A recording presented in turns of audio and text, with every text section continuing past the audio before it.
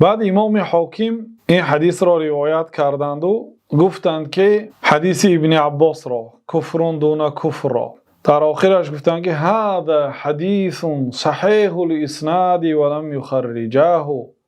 این حدیثی هست که اسنادش صحیح است ولی آنها دو نفر هر دوی آنها این را روایت نکردند. مراد کی است؟ امام بخاری و امام مسلم، چون که مستدرک حاکم بر صحیحین است، بر صحیح بخاری و مسلم. واقعا آن حدیث هایی که در بیرون صحیح بخاری است زیاد است، چون که اگر در داخل صحیح بخاری بنابر سخن حافظ ابن حجر 2500 حدیث باشد، حدیث صحیح 100,000 حدیث است. یعنی در بیرون صحیح بخاری با 97,000 اضافه تر حدیث هست در دنیا. فهمیدید؟ بنابراین امام حاکم هم وقتی که مستدرک را نوشتن میگفتن که این حدیث صحیح است و امام بخاری و مسلم روایت نکرد. یعنی که این سزاوار است که این حدیث باید در صحیح بخاری و مسلم باشد. ببینید سخن ابن عباس را گفته ایستادن تفسیر آیات. و امام ذهبی شاگرد شیخ الاسلام ابن تیمیه رحمت الله علیه هستند. کتاب کبایرشون همه میخواند، حنفی هایم، مالکی هایم، شافعی هایم، حنبلی ها هم. امام ذهبی اصلشون از ترکمنستان هستند، نسبتاً به ذهب یعنی طلا. پدر و باباهاشون طلا فروش بودند.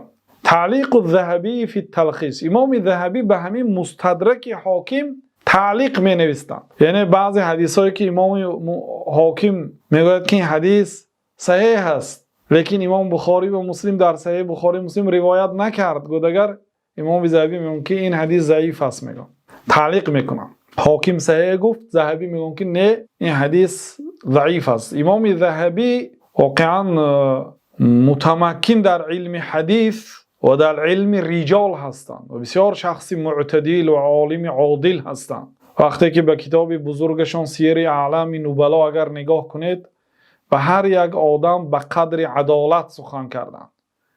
وقتی که کمبودی های او را که بیان کردند، با صفات های کمال و صفات های بزرگش را ذکر کردند.